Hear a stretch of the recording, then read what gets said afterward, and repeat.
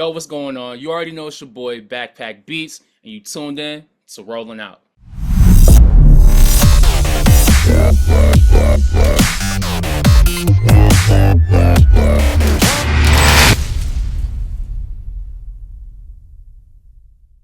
Hey, Rolling Out family, welcome to another edition of Rolling Out Music. I'm your host, Eddie Precise Lamar. Today we are sitting down with Devonte Jefferson, also known, most famously known as Backpack Beatz, a producer and DJ originally from Milton, Florida, now making serious waves here in Chicago. Backpack Beatz has worked with heavyweights like Ghostface Killah, Kanye West, Ye, Rah Digga, Easy, LP, UFO Fev, Pro Era, and countless underground and unsigned artists. Most recently, he's landed a placement on Supreme Clientele 2 with the track Curtis made. Rolling Out family, you don't want to miss this one. We're about to dig into his journey, his sound, and what's next. Backpack, what's good, brother? What's going on? Man, I'm so excited to be here, yo, for real. Yes. First and foremost, I want to get into your journey, but where is Milton, Florida on the map? So Milton, Florida is Northwest Florida. So if you're familiar with Pensacola, so it's Northwest Florida, right by Alabama. So if you familiar with your Google Maps and all that stuff, Northwest, right on the Panhandle, right by Alabama. Real country, real blue collar. If you're in the military, you'll be right there. Got you. So from Milton, Florida to Chicago, how's this journey helped shape your sound as a producer and a DJ? The crazy thing about it is that I've always been Chicago. Like my musical brain has always been Chicago. Almost everything about me has always been Chicago. Even before I moved here, everybody always had WGN. So I grew up being a Chicago Cubs fan. Just watching Sammy Sosa. Since I married my wife, I've now converted. I'm a South Sider, so I'm a Sox fan now. We here. But then like my favorite artist growing up, Shaka Khan, that's Chicago. My favorite producer, Kanye, that's Chicago. Growing up, I was always watching the Bulls, Chicago. Even going up, Derrick Rose, Chicago. And then like a lot of the music that I listened to growing up, even a lot of the oldies and stuff like that, all of the music, even all the samples that, I like to chop up, a lot of it was recorded here in Chicago, or there were a lot of ties that were here, in Chicago, whether you want to talk about Herbie Hancock or Quincy Jones, stuff like that. It was always Chicago. So it's always been here, and then now that I'm in the city, I'm just embracing it. I've been here since 2018 and I've just been embracing it ever since. And, wildly enough, I met my wife in college and she's from Chicago. It just happened to be like that. It was destined, so yeah. I'm glad you touched on that Chicago history in terms of music, right? What do you think it is about Chicago that delivers such a substantial and soulful sound to the world? I think what it is for me, Chicago is just one big melting pot, I think it's largely due to the Great Migration. Whenever you talk about, people from the South that, moved up here, me being a southern man myself, there's always that flavor that's here, that flavor never left, whether, it's like I said, it's that country flavor that's that I grew up with. You see it in all facets of life here in Chicago. One thing I tell my mom all the time, the lifestyle that's here, you're able to kind of choose the lifestyle that you want to live here too, that you don't get with any other major city as well. You want to live like a faster lifestyle, you can do that, but if you also want to live like a cooler, slowed down lifestyle, you can do that as well. I choose the latter. That's one thing that always just like helps me, like that gravitated me towards the city, and I don't think I'm leaving anytime soon. I think that's just like what kind of keeps me like in love with the city so much. I love Chicago. Yeah. Yes. So, you've collaborated with some major names in the industry. What stands out to you most about working with artists like Ye or Rah Digga, for that matter? It doesn't necessarily have to be those two, but what stands out the most when you're working with these type of artists? I don't think anything necessarily. I don't know, because like I've met Rah Digga in person. I've never met Ye in person. So I guess it's kind of like a two-part sort of thing, right? So I think not even really a two-part thing. I think the thing that really stands out to me is that the ability for me to actually work with these artists. I think that's the main thing that really stands out because if you look at, like I said, going back to your first question, where is Milton, Florida?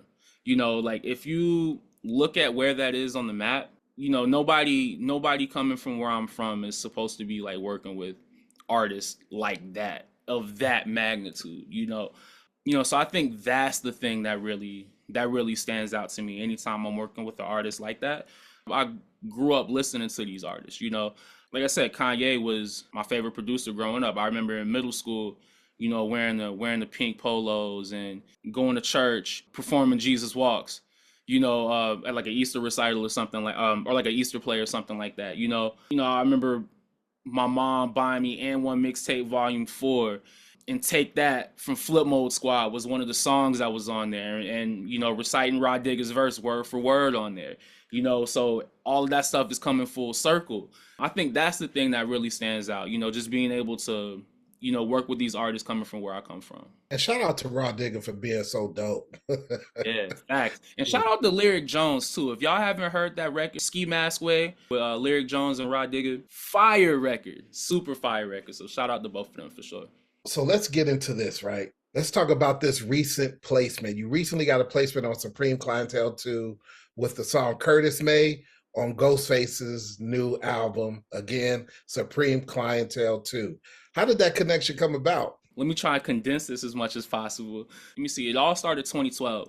Whenever I was in college, I went to FAMU. Shout out to all my Rattlers. I went to FAMU, and me and all my friends, we would go to Atlanta every October for the A3C festival. And I remember in 2012, I did one of the beat battles there that was sponsored by I Standard.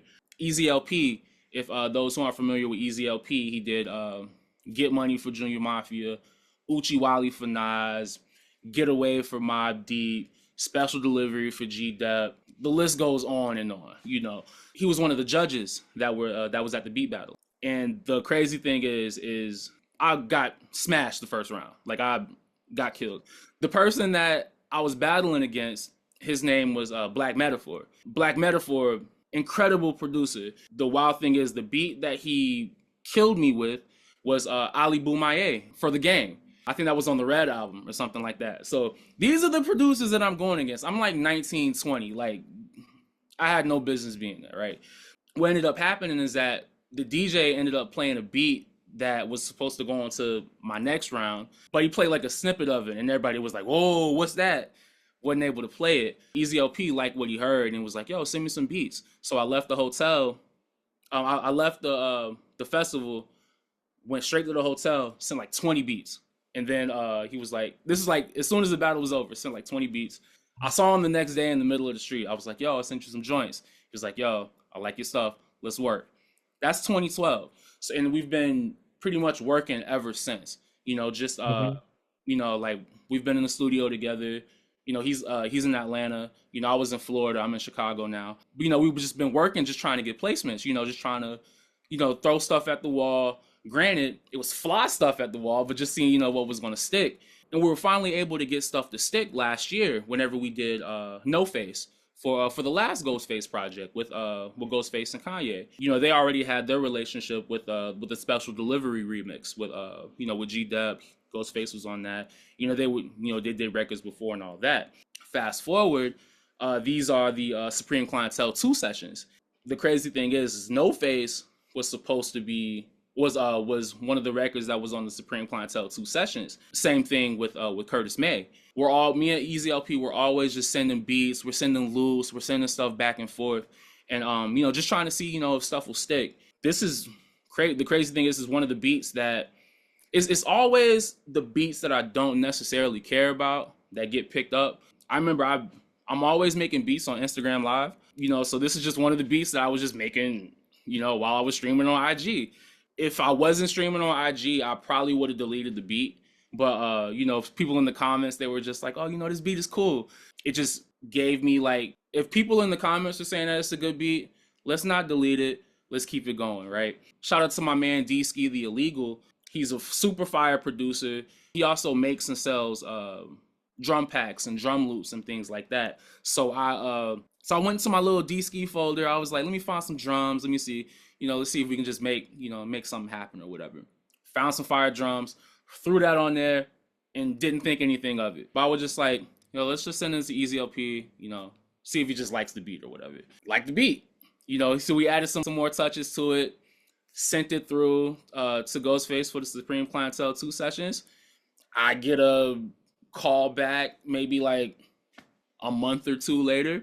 He was like, yo, you're not going to guess what's on this beat. You got a Ghostface record, another one.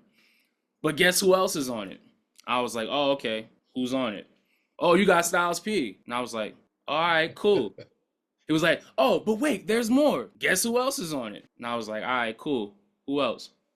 Oh, we got Conway the Machine. And I was like, oh, all right, bet. Cool. And the rest is history. And now we got Curtis May. Yo, first of all, the record is hot, right? And congratulations on that. And it's that, and then we're back to that Chicago connection, because I'm thinking when you say Curtis May, I'm thinking Curtis Mayfield right away. Mm-hmm. So yeah, so shout out to that. You mentioned how you're building these, you're making beats on IG all the time, you're kind of doing that consistently. Talk about, walk us through your creative process when you sit down and make a beat. How does it usually start? I usually just set some time to the side, because like nowadays, because I have a 2-year-old, so shout out to my son Crew, shout out to my wife Ariel as well. Whenever I was in college, I used to just be able to just do whatever, to be like, oh, I'm gonna make some beats. But now it's gotten to the point where like I have to be like, I'm intentional with the time, right? So that's where it starts, figuring out the time, right? So I was like, 5 o'clock, we're gonna sit down and make some beats. I have like a gang of records that I'm always going through. Grab some records, drop the needle, see what happens. Find something I like, we're gonna start chopping it up. So that's usually where it starts, just chopping up the sample. Depending on how I'm feeling, I usually chop the sample first, or I might go with the drums first, depending on, like I said, how I'm feeling. Yeah, it just starts with usually, like I said, just dropping that needle. As soon as I hear what I like, the beat's already like pretty much calculated in my head. It's just really like, how is it gonna get from here to the pad? But yeah, that's really how it starts. Just chopping up the sample, just putting the needle to the vinyl and see what happens from there. So what equipment are you using now? As far as my weapons of choice, I have the machine. So I use the machine and the SP404 Mark II. Those are my 2 weapons of choice. I've been using machine since 2012. And I'm using the SP. I started with the SP404 SX. That was a COVID purchase, so that was like 2022. Yeah, 22. But I got the Mark II. So yeah, those are my 2 weapons of choice right there. So now, what piece of software you can't live without? The software I can't live without. Machine.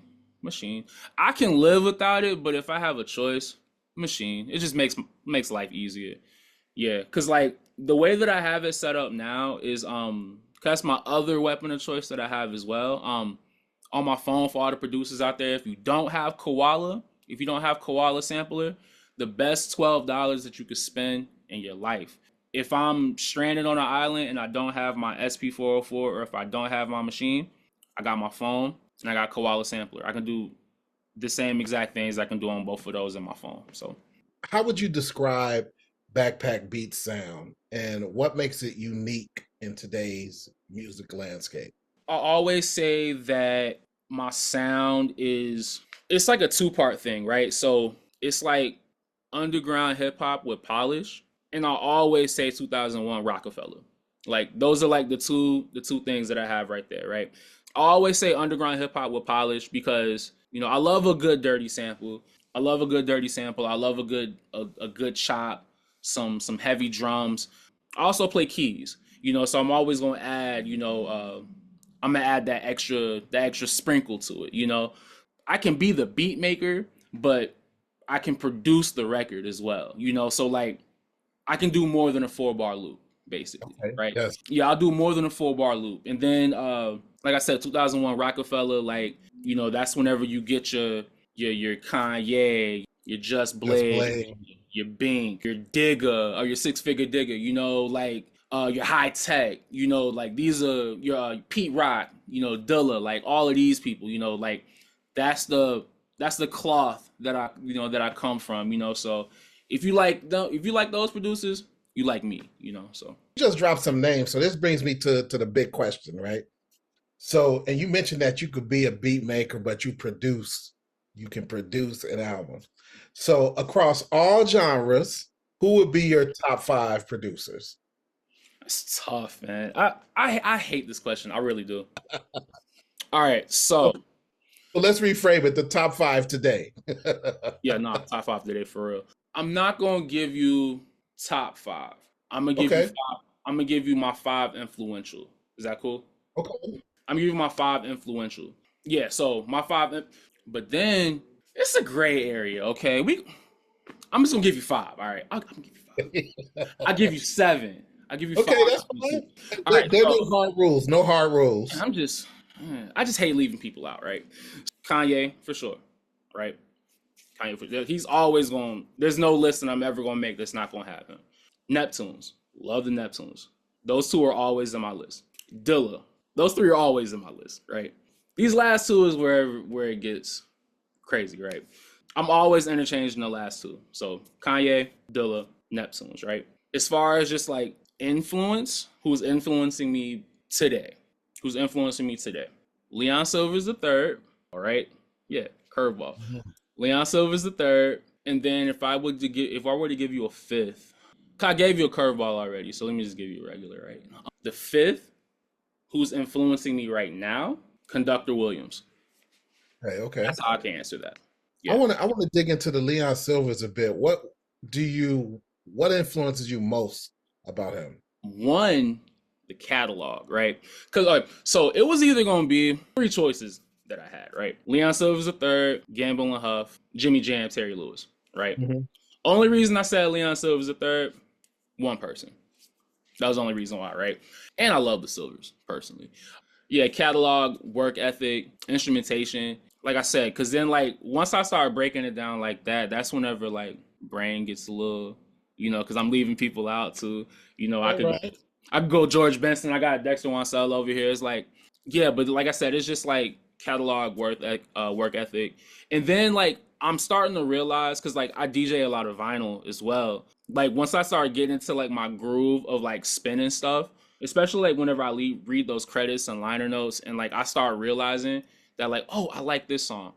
Oh, this song works with this song. Oh, all these Shalimar songs work together. Oh, all these Whisper songs work together. Oh, Leon Silver's the third produced all of these. So it was like all that Right. stuff. And then I was listening to Dynasty, Adventures in the Land of Music. And I was just Mhm. like, he produced that too. And I just realized that maybe like 2 weeks ago. So I was just like, oh, okay. It all makes sense. So I think that's the other reason why I picked him as well. Clearly have a reverence and a love for music. Why? Literally my foundation, to be honest. One, I'm a big on history, big on history. You know how Wu-Tang say, we got to teach the babies. I'm big on that. I'm really big on respect, right? Big on knowing where you come from, right? And that's in all facets, right? That's like a really, really big part of, like music is a really, really big part of my identity. 50 million chapters of my life, like I can attribute it to a song or I can attribute Yeah. it to some sort of form of music, right? Quick history. My grandfather, he played saxophone in the army band, right? With my mom, her siblings, the rule was you had to play an instrument in the house. So my mom played flute, my aunt played clarinet, and my uncle played sax. That rule applied to me and my siblings as well, right? So Mhm. I played keys. My sister did piano lessons. She sung. My brother, he played like keys and drums like for a little bit, right? But like I'm the only one that really like stuck with it full force, right? This is like coming up, like starting like 3 or 4 or whatever, right? So it's like it's literally always been there. Started making beats officially like whenever I was like 12, but I Mhm. always had like that Radio Shack keyboard or something like that, just trying to make something or playing along to the radio or something like that, or whether it's going to a basketball game or a football game or something like that, music is always there, a part of my life. And, now I'm passing it off to my son, so it's always there, like my son's favorite song right now is Do It Roger from Zapp and Roger. Like, he woke me up last week he wants to listen to the Watermelon Man from Herbie Hancock. I'm just like, so it's just like, and he's 2, so it's just like stuff like that, that stuff is why I love music so much. It's just like that stuff you're able to pass on, passing on that information, and all of that stuff is so easily tied to a part of your life, a part of other people's lives as well, so yeah. You've been in this industry for a while and you've had some great placements. What would you say is your most memorable moment thus far? I think maybe my most memorable moment thus far may have been 2017. Shout out to my man UFO Feeve. We did a project called Camouflage. He's a super fire MC out of New York, out of Harlem. We did a project, like I said, I think it was 2016, called Camouflage. He did an album release party. For the project. This is in New York. Before then, I had never been to New York before. The farthest that I ever really been, as far as like traveling for music, was Atlanta. From my hometown, Atlanta's like 9-hour drive or whatever. But I never had to fly anywhere for music. So I flew to New York. We did the album release party. I think right after the album release party, we go to Hot 97. I think he did the Funk Flex freestyle that same night. I think it might have been in the future actually. But we were in Hot 97. And then I meet Corey Guns. Like, he's just chilling in the radio station, like doing stuff like that. Off of this project, he's able to eventually start doing stuff with producers like Static Selector, end up doing stuff, building a relationship with people like Fat Joe, end up doing like really, really like great things in music. Granted, he was already bubbling like that, but just like having this project, being able to put him on the map, put himself in a better situation, put his family in a better situation off of just like an Instagram DM, making fire beats and just having a rapper do fire records. I think that's one of the most memorable moments. But like really just being able to go to New York and just like being able to travel somewhere just like off of music. Cause like I was definitely flipping burgers at this time and working at Macy's, so it was just like being able to do some cool stuff like that just off of music. And like I said, especially coming from like a really small town, like that's super fire, and I think that's one of the most memorable moments. Working with Ghostface and Kanye is cool, but it's just like I've never met them in person, so just like really being able to connect, with real people, being able to be somebody that is able to help somebody change their life and being able to change your life as well. I think that's like more memorable than anything, so. Well, brother, how can people find you if they're looking for you? Instagram, X, _Beatz with a Z. If that's too long, #Backpack Season. You can go to nomorefreebeats.com, Beats with a Z, if you like the merch. What else, man? YouTube, got more videos coming as well. I'm really getting heavy on the content. Just search Backpack Beatz and you'll see me there. Google me now. I guess I'm Googleable now, so I guess I'm cool enough to say that now. But yeah, search me and you'll find me. Backpack Beatz, thank you so much for joining us today and sharing your story. Rolling Out family, make sure you visit his website and check out his newest placement, Curtis May, on Supreme Clientele 2 by Ghostface. Show your support and keep up with everything Backpack Beatz has coming up next. This is your man Precise, and as I always say, stay focused, positive, and productive. Peace. Yeah.